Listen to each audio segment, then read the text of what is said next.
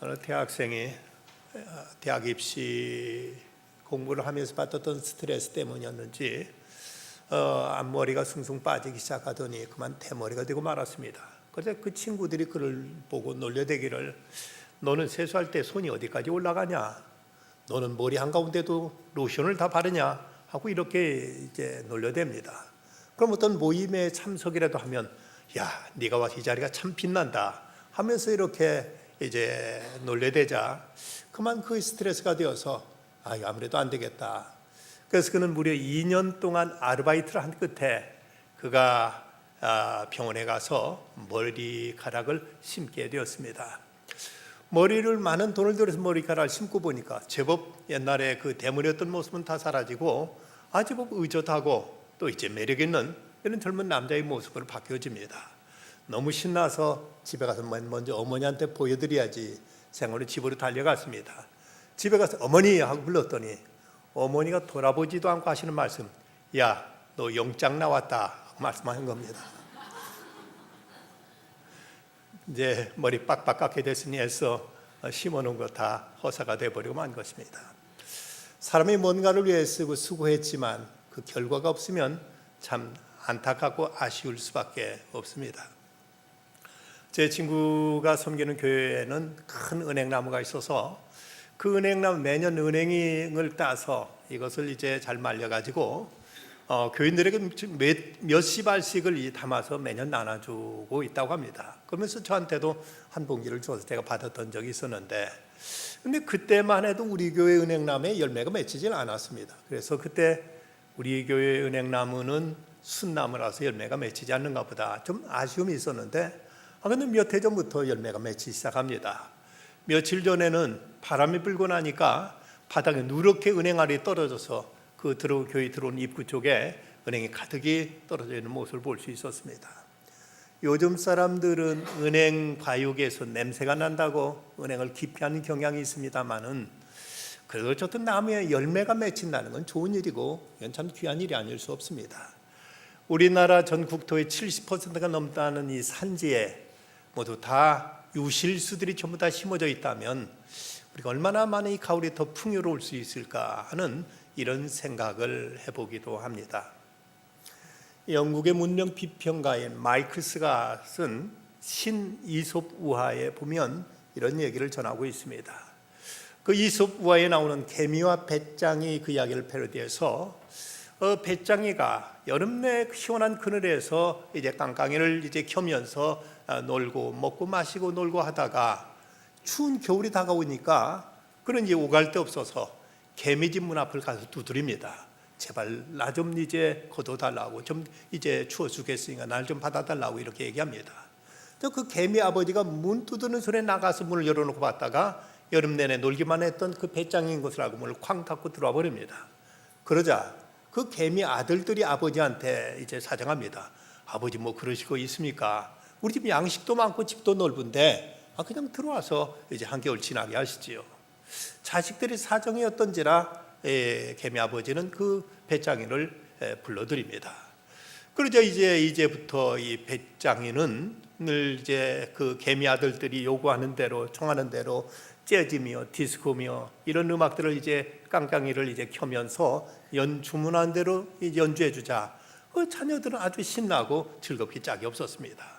그런데 이 배짱이가 가만히 그 집을 이제 살펴보니까 곡식들이 남아서 이것이 발효돼 가지고 그만 알코올로 변해 있는 것을 발견하고는 이 개미 자녀들을 유혹해 가지고 그것을 마시게 했습니다. 그랬더니 그 개미 자식들이 거기서 이제 알코올이 된 그 술을 마시면서 저들은 날마다 이제 먹자판 놀자판 춤추면서 노는 이런 이제 날들을 보내게 됩니다.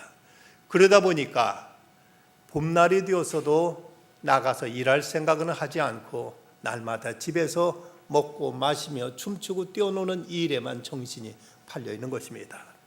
이 모습을 보고 이 개미 아버지는 그만 이제 분개하고 개탄하면서 자식들한테 그렇게 타일러도 그 설득이 이제 막무가내로 이제 듣지 않자 신념과 현실에 동떨어진 이 모순에 고민하고는 자녀들은 그 교화력이 없음을 비관하면서 이제 술을 퍼마시고 폐인이 되어버리고 만다는 것입니다. 그로 인해서 그 화려했던 개미 문화권이 붕괴하고 만다는 이런 풍자를 하고 있습니다.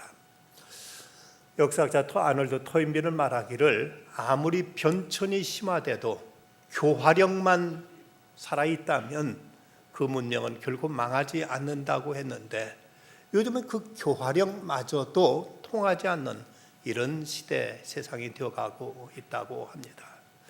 우리나라만 보더라도 6.25 전쟁의 그 폐허에서 이제 뼈 빠지게 일해가지고 이만큼 살게 해놓은 그 부모 세대의 교훈 없이 그저 밤새워 춤추는 그 개미족들, 그들의 놀고 먹고 마시며 일하지 않는 그들을 통해서 장래에 어떤 열매를 거둘 수 있을까를 염려하는 사람들이 많이 있습니다.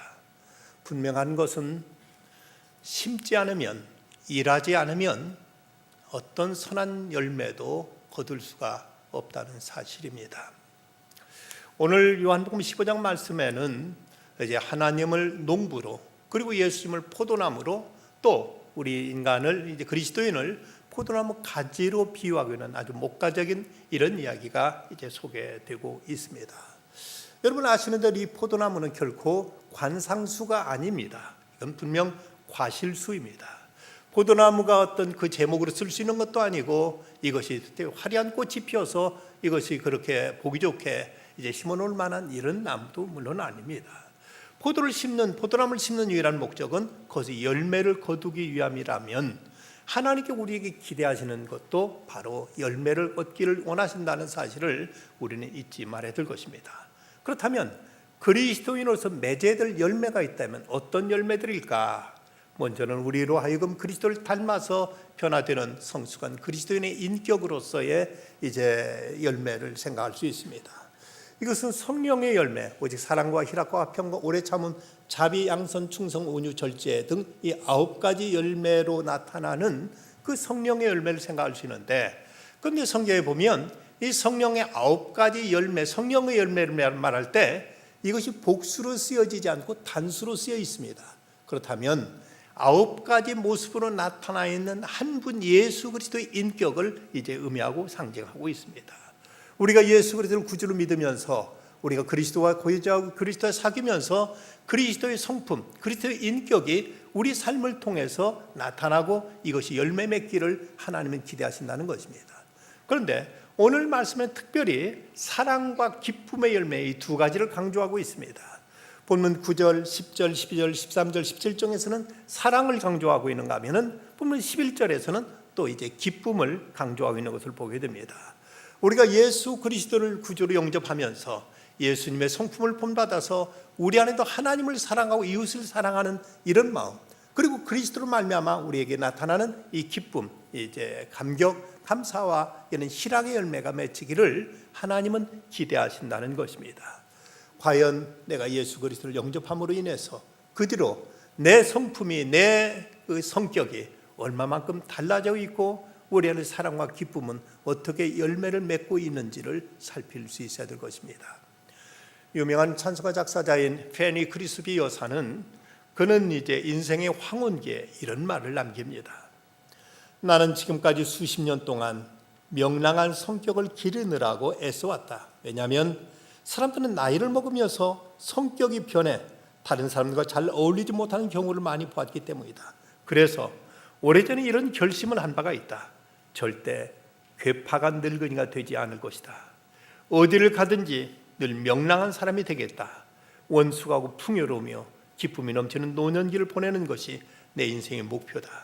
사람들이 두려워하는 사람이 아니라 사람들의 사랑을 받는 노인이 되고 싶다고 이런 고백을 하고 있습니다. 여러분 어떠십니까? 과연 내가 예수 믿고 나서 내 성품은 어떻게 바뀌어 있는지, 아무런 달라진 바가 없다면 이것이 과연 그리스도인으로서 열매를 맺고 있는다고 과연 얘기할 수 있을 것인지, 어찌하든 우리가 예수를 믿음을 말미암아 우리 안에 사랑의 열매, 기쁨의 열매 등 이런 그리스도의 인격을 닮은 열매들은 마땅히 우리에게 열려져야만 될 것입니다. 두 번째 열매는 생명을 권하는 전도의 열매를 이제 생각할 수 있습니다. 짐승은 짐승을 낳고 사람은 사람을 낳고 그리스도인은 그리스도인을 낳기 마련입니다. 우리가 얼마나 사람을 얻고 얼마만큼 사람을 낳고 있는가. 내가 그리스도인이라면 나를 통해서 어떻게 하나님의 사람들이 나를 통해서 이 땅에 태어나고 있는가를 우리는 생각해야 됩니다. 잠언서 11장 30절 말씀 보면 의인의 열매는 생명나무라 지혜로운 자는 사람을 얻느니라 하고 말씀하고 있고, 예수께서 제자들을 부르시면서 나를 따라오너라 내가 너희로 사람 낚는 어부가 되게 하리라 하고 주님은 말씀하셨습니다. 우리가 진정 그리스도를 사랑한다면 우리를 통해서 마땅히 그리스도를 아는, 그리스도를 믿게 되는 또 다른 생명들이 이 땅에 태어나야만 될 것입니다. 여러분들은 이해 올해 벌써 4분의 3을 보내고 있는데 지난 9개월 동안 얼마만큼 사람들을 그리스도께 인도하기 위해서 애쓰고 노력해 보셨습니까? 우리가 생명을 구원하는 일이 무엇보다 가장 중요한 우리의 사명임을 우리는 잊지 말아야 될 것입니다. 연세가 70이 된 강 집사님은 노인정의 친구인 김영감과 점심 내기 장기를 두고 있었습니다. 강 집사님이 한수위라서 이제 장기를 두게 되면 늘 강 집사님이 이기곤 했는데, 그 김 집사님은 상황이 불리해지면, 이 김영감은 상황이 불리해지면 자꾸 한수 물러달라고 떼를 쓰곤 했습니다. 이제 깨끗이었다고 하고 이렇게 말해도 이 김영감은 이제 말을 듣지 않고 불리하면 양귀판을 엎어버리가 일쑤였습니다. 그는 이제 말하기를 이 예의 없는 영감탱이, 그 그냥 점심 한 끼 사는 것이 한 거가 이럴 수 있어? 이 도련인가나 하면서 썩내고 덤벼들까지 하는 것이었습니다. 그러자 강 집사님은 이렇게 달랩니다. 그래, 이 판 무효로 하고 자네 컨디션 좋을 때 또 다시 뒤도록 하세. 그리고 우리 점심때 됐으니까 우리 점심에는 먹으러 가세. 오늘은 내가 냄새. 그리고는 이제 그렇게 떼쓰는 김영감을 데리고 이제 점심 가서 잘 먹여주고 그랬습니다.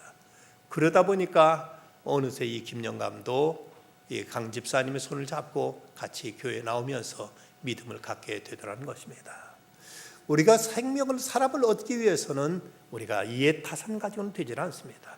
때로는 내가 손해봐야 되고, 내가 지어줘야 되고, 내가 참아야 되고, 내가 포용하고 내가 그를 품어줘야만 그 마음이 돌아서게 되고 그가 이제 하나님의 사랑 앞으로 돌아오게 되는 것이지, 모든 것 다 시시비비만 가리고 잘 따져가지고 이래서 사람을 얻기는 대단히 어려운 것입니다. 오늘 어찌하든 생명을 구하는 일, 이 일을 위해서 우리 심쓰는 중에 올해가 가기 전에 한 생명이라도 주 앞에 인도하는 이런 구원의 열매, 전도의 열매를 맺을 수 있어야 되겠습니다. 또 하나는 선행의 열매를 생각할 수 있습니다. 사도 바울은 골로새서 1장 10절에서 이렇게 말씀합니다. 주께 합당하게 행하여 범사에 기쁘시게 하고 모든 선한 일의 열매를 맺게 하시며 하나님을 아는 것에 자라게 하시고. 골로새 교회가 선한 일의 열매 맺게 되기를 바울은 간절히 기도하고 있는 내용을 여기서 엿볼 수가 있습니다. 사도 바울이 골로새 교회를 향한 이 간절한 기도처럼 우리에게도 무엇인가 선한 일이 성사되고 열매 맺고 이것이 실천되는 이런 삶이 될 때 우리는 열매 없는 그리스도가 아니라 열매 맺는 신앙인으로서 아름다운 모습을 세상에 드러낼 수 있게 될 것입니다. 조만식 선생님의 일생의 그 모토는 실천궁행이었다고 합니다. 한 가지 한 가지를 실천해 나가되 끝까지 철저하게 한다는 이것이 그분의 생활 신조였습니다. 사도 바울은 내가 달려갈 길 다 달렸다고 말하고 있습니다. 전력투구를 한 사람의 모습을 이렇게 표현하고 있는 것입니다. 영국의 철학자의 대학자인 토마스 칼라일에게 한 여교사가, 초등학교 선생님이 인생 문제를 상담하러 와서 묻습니다. 도대체 인생은 무엇입니까? 그리고 인생의 보람이란 어떻게 얻어지는 것입니까? 라고 이렇게 묻자 칼라일은 이렇게 대답했다고 합니다. 당신은 아침에 일찍 일어나 마당을 청소하십시오. 방을 정돈하고 신선한 공기를 방에 들이십시오. 잠을 충분히 자고 마음을 즐겁게 하면서 부지런히 일하십시오. 이것이 인생 문제 해결의 비결이며 보람 있는 삶이기도 합니다. 이 초등학교 여선생님은 이 칼라일의 말을 듣고 그대로 실천을 했다고 합니다. 그랬더니 그 삶에 활기가 찾아오고 그 삶에 무엇인가 생산적인 일들이 열매 맺히면서 그에게 행복과 보람을 얻게 되었다는 것이죠. 이 시대의 불행은 사람들이 생산적이고 창조적인 일보다는 파괴적이고 분열적인 것을 도모함으로써 세상은 자꾸 점점 더 험악해지고 세상은 어두워져가고 있습니다. 지금 우리나라의 형편만 보더라도 남과 북이 하나 되어서 통일을 이룰 수만 있다면 얼마나 이 나라 더 잘 살 터인데, 이렇게 이제 하나 되지 못하고 다투고 싸우면서 그 엄청난 예산을 사람 죽이는 이런 무기 생산과 국방비에 투입하고 있다는 것이 얼마나 우리를 불안하게 하고 있고 얼마나 이 땅을 불편하게 하고 있는지 모릅니다. 그분이 보다 생산적인 일, 그 일보다 창조적인 일에 쓰일 때 이 나라는 참으로 아름다운 낙원을 이룰 수 있을 터인데 서로 미워하고 증오하고 대립하고 싸우는 이 일 때문에 얼마나 많은 사람들이 불안에 떨어야 되는지 모르고 있습니다. 그렇다면 우리가 어떻게 이런 열매를 맺을 수 있을까? 오늘 말씀 우리에게 중요한 세 가지 방안을 말씀해 줍니다. 첫째는 그리스도와 깊은 사랑의 교제를 말씀하고 있습니다. 4절 말씀 보면 내 안에 거하라 나도 너희 안에 거하리라. 6절에 사람의 내 안에 거하지 아니하면 가지처럼 밖에 버리죠 말라진다. 7절에도 너희가 내 안에 거하고 내 말이 너희 안에 거하면 무엇이든지 원하는 대로 거하라 그러면 이루리라 하고 이렇게 말씀하고 있습니다. 사랑하는 두 남녀가 함께 지내다 보면 어느새 그들을 닮은 귀한 한 생명이 태어나는 것을 볼 수가 있습니다. 우리가 그리스도와 깊은 사랑의 교제 속에 살다 보면 우리를 통해 자연히 하나님을 믿는 하나님의 생명들 자녀들이 태어나는 이런 열매가 맺히게 될 것입니다. 서로 사랑하면서도 생명이 태어나지 않는 건 대단히 안타까운 일이요 가슴 아픈 일입니다. 서로 사는 사람이 함께 살면서 그들을 닮은 아이가 태어나는 것처럼 우리가 그리스도와 깊은 교제를 통해서 그리스도를 아는 하나님의 생명들이 세상에 새롭게 태어나게 되는 것입니다. 두 번째는 성결한 생활임을 2절은 말씀합니다. 무릇 내게 붙어있어 열매를 맺지 아니하면 가지는 아버지께 그걸 제거해 버리시고 무릇 열매를 맺는 가지는 열매를 더 맺게 하여 그것을 깨끗하게 하신다고 말씀하십니다. 열매를 맺지 못하게 하는 가장 큰 장애물은 병충해입니다. 병충해에 걸리게 되면 나무가 비실비실 잎이 시들게 되고 그 열매가 맺혔던 것도 다 떨어지게 되는데, 농사 짓는 비결은 바로 그거라고 합니다. 밭 갈 때 밭에서 돌멩이 제거하는 것, 또 이제 그 곡식을 뿌려놓고 나서 그 사이는 잡초를 뽑아내는 것, 그리고 이제 나무 어떤 과실나무에 있어서는 이제 전지를 해주고, 그리고 이제 시원찮은 열매를 따주고, 이렇게 하는 것이 열매를 잘 맺게 하는 비결이라고 농사짓는 분들은 얘기합니다. 그러나 거기에 듬뿍 거름을 주게 되면 그 밭에서는 또 그 나무에서는 풍성한 결실을 거둘 수 있게 되는 것이죠. 그렇다면 우리에게서 제거해야 될 잡초 또는 이제 쓸데없는 돌멩이들은 과연 무엇인가? 누구냐? 미움과 증오, 불안과 대립, 갈등 등 이런 것들이 우리 안에 제거지게 될 때, 이럴 때 우리 안에서 아름다운 열매들은 맺혀지게 될 것입니다. 또 하나는 성숙한 신앙이 되어야만 됩니다. 오늘 10절 말씀, 내가 아버지 계명을 지켜 그 사랑 안에 거하는 것 같이 너희도 내 계명을 지키면 내 사랑 안에 거하리라 하고 말씀하고 있습니다. 말씀을 듣기만 하는 것은 유치한 신앙이지만 그 말씀을 듣고 그대로 실천할 때 우리는 성숙한 신앙이 되어서 우리 안에 귀한 열매가 맺히게 되는 것입니다. 어린이는 아무리 저희들끼리 사랑해도 거기서 생명이 태어나질 않습니다. 어느 정도 성숙해야만 그들 가운데서 한 사람이 한 생명이 태어나는 것처럼 우리 믿음도 성숙한 신앙이 되어야만 우리 안에 이런 아름다운 열매가 맺혀지게 된다는 것입니다. 그렇다면 이런 열매가 맺혀질 때 어떤 결과가 나타나는가? 먼저는 하나님께 영광이 돌려지게 됩니다. 본문 8절 말씀, 너희가 열매를 많이 맺으면 내 아버지께서 영광을 받으실 것이요 너희는 내 제자가 되리라 하고 말씀했습니다. 간혹 농산물 품평회 같은 데서 아주 크고 탐스럽고 큰 어떤 과일을 이제 생산한 사람은 그게 표창장이 주어져서 그에 같은 포상이 주어지고 그 영광이 드러나는 걸 볼 수가 있습니다. 그렇듯 우리 그리스도인들을 통해서 아름다운 열매들이 세상에서 나타나게 될 때 이를 통해서 하나님께 영광이 돌려지고 하나님께 기쁨을 안겨드릴 수 있게 될 것입니다. 뿐만 아니라 열매를 맺으면 우리가 그 사람들에게 그리스도의 제자임을 증명하게 될 것입니다. 요한 본문 18절 말씀, 너희가 열매를 많이 맺으면 내 아버지께 영광 받으실 것이요 너희는 내 제자가 되리라 그 말씀하십니다. 우리가 맺는 열매를 통해서 우리가 그리스도의 제자임이 드러나게 됩니다. 이 나무가 어떤 나무인지를 알기 위해서는 그 나무에 맺혀지는 열매를 통해서 그 나무의 이제 정체를 알 수 있는 것처럼 우리가 맺는 그 열매가 무엇이냐를 통해서 우리가 그리스도인됨을 증거할 수 있다는 것입니다. 처음으로 그리스도라는 이름이 붙여지게 된 것은 안디옥 교회에서였습니다.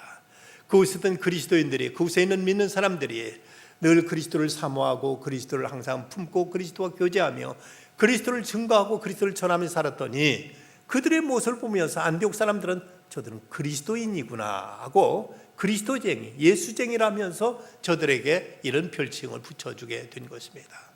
우리가 그리스도인의 열매를 맺게 될 때 우린 진정 그리스도인이라는 사실을 입증하고 나타낼 수 있게 될 것입니다. 뿐만 아니라 열매를 많이 맺으면 우리 안에 기쁨이 충만해지리라고 11절 말씀합니다. 내가 이것을 너희에게 이루면 내 기쁨이 너희 안에 있어 너희 기쁨을 충만하게 하려 함이라. 그리스도를 모시고 그리스도와 교제하면서 그리스도를 드러내고 그리스도의 성품을 나타내며 살아가게 될 때, 또 우리를 통해서 그리스도를 아는 생명들을 인도해낼 때 우리에게 한없는 기쁨이 나타나게 될 것이라는 것입니다. 지난번 작년부 수양에 오셨던 고은 목사님의 폐병 3기로 이제 거의 생명의 어떤 희망이 없었던데 그 마산 결핵요양소 안에서도 전도해서 한 사람이 예수 믿게 되자 그렇게 마음에 기쁘고 이제 마음에 말할 수 없는 어떤 이제 그 감사가 차고 넘쳐서 잠을 이루지 못하고 기뻐하니까 그때 하나님이 그에게 물으시더랍니다. 너 정말로 그렇게 기쁘냐? 예, 정말로 말할 수 없이 기쁩니다. 그때 하나님이 그에게 주신 말씀이 너 내 병 나았다 말씀하시면서 그러면서 그가 폐병에 고침받아서 태어날 수 있게 되었다고 그분은 간증하고 있습니다. 또 이 열매를 많이 맺으면 무엇보다도 풍성한 기도 응답의 축복이 주어집니다. 너희가 나를 택한 것이 아니요 내가 너희를 택하여 세우나니 이는 너희로 가서 열매를 맺게 하고 또 열매가 항상 있게 하여 내 이름으로 아버지께 무엇을 구하든지 다 받게 하렴이라고 오늘 16절 말씀은 이렇게 기록하고 있습니다. 포도원 주인은 열매가 많이 맺은 포도나무에게 더 관심을 갖고 더 아끼며 더 이걸 잘 가꿔주고 더 결실을 크게 하도록 하듯이 이제 우리 하나님 아버지는 열매를 많이 맺는 이들에게 그들이 무엇을 구하든지 다 이루어 주리라고 이렇게 약속하고 있습니다. 독일 시골에 시골 마을에 한 소년이 있었습니다. 그 아버지는 세무소원이었는데 이 소년은 아버지가 걷어놓은 돈을 상습적으로 훔치곤 했습니다. 어느 날 그 아버지가 부재 중인 틈을 타서 아버지가 모아둔 돈을 가지고 몽땅 훔쳐가지고 그는 달아났습니다. 그리고 그는 비르헨 비텔에서 여관비가 모자라서 도망하다가 잡혀서 유치장에 갇히는 신세가 되기도 했습니다. 그때 그 나이가 16살이었습니다. 이 불량 소년의 장래가 과연 어떻게 될 것인지 모두 다 그를 바라면서 염려하고 그에 대해서 모두 다 이제 항상 불안하게 생각을 했습니다. 그랬던 그가 그리스도를 영접하고 훌륭한 그리스도인으로 거듭나게 됩니다.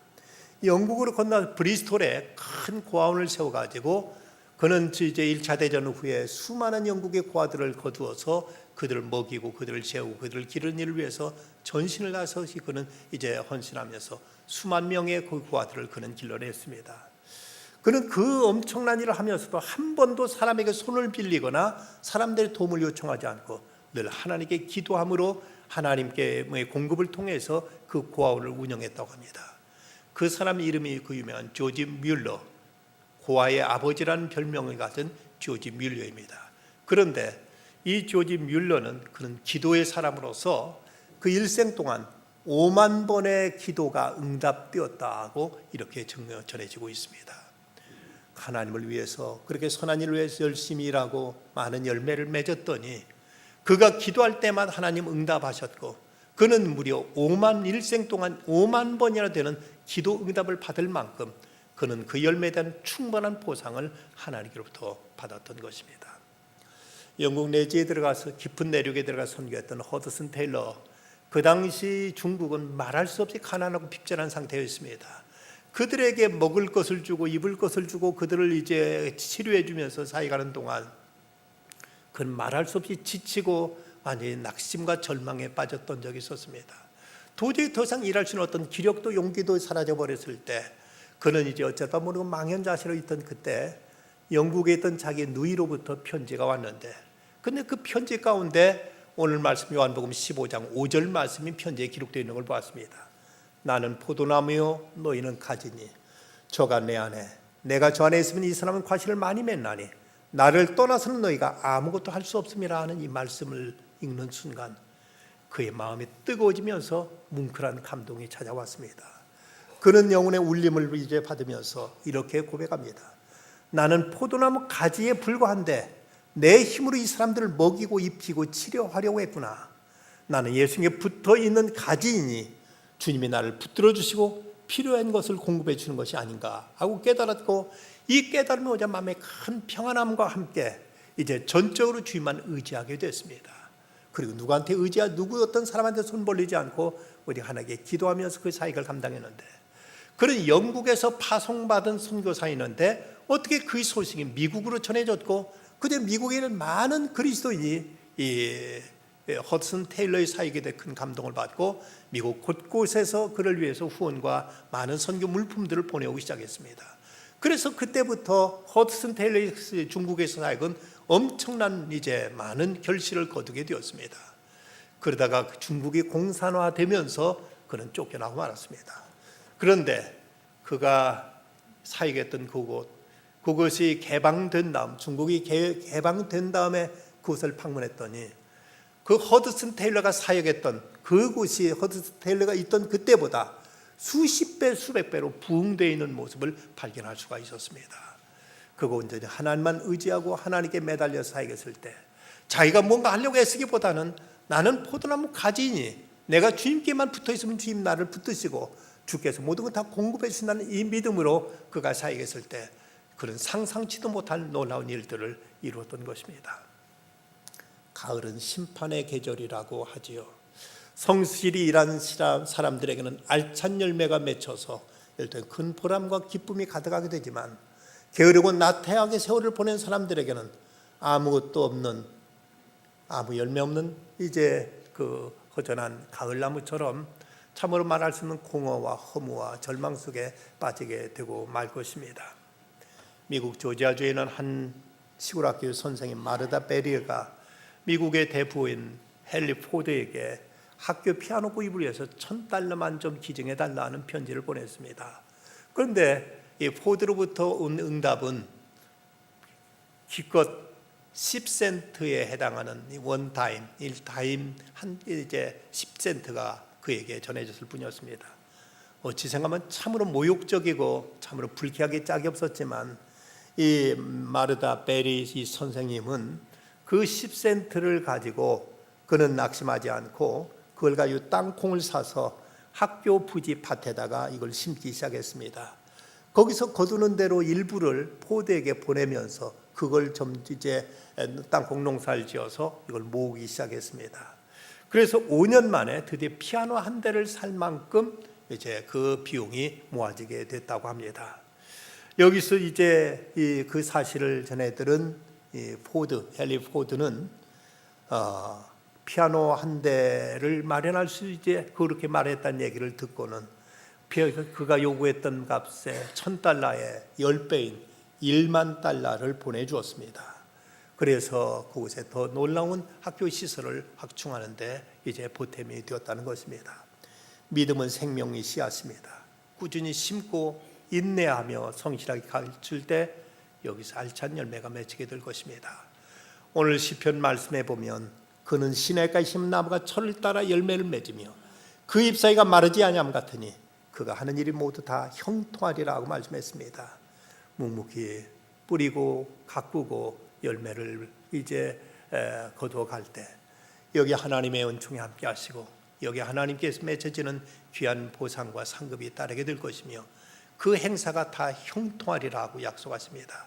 이 추수의 계절, 결산의 계절에 우리가 얼마만큼 열매를 맺었는가를 돌이켜보며 남은 세월이라도 최선을 다해서 열매 맺는 일을 위해서 충성을 다하는 중에 올해가 가기 전에 우리에게 참으로 기억될 만한 알찬 열매들이 맺혀지고 이를 통해 하나님을 영화롭게 되며 우리 삶 속에 말할 수 없는 기쁨과 감사, 기도 응답에 하나님의 이제 보상을 받아 누릴 수 있도록 주 앞에 열매 맺는 일을 위해서 충성을 다하는 우리 삶이 되어야 되겠습니다. 기도하십시다. 고마우신 아버지 하나님, 저에게 이 풍요한 계절을 허락하여 주심을 감사합니다. 하운데 저희들이 심령은 어떠한지 돌아보게 하여 주시고 주 앞에 열매 없는 가을나무처럼 이런 모습은 없는지 더 저희를 살피게 하셔서 남은 시간으로 충성을 다하고 열심을 다하여 마땅히 맺어야 될 귀한 열매들이 풍성히 맺히는 삶이 되도록 주께 축복하여 주시옵소서. 불안한 이 나라를 주께서 지켜주시고 평화의 나라가 되게 하여 주시옵시며 우리 수험생들 앞길을 주께서 인도해 주시옵시고 저들 믿음으로 응시하여 큰 기쁨과 감사의 결과로 열매 맺도록 축복해 주시옵소서. 예수님의 이름으로 기도드리옵나이다.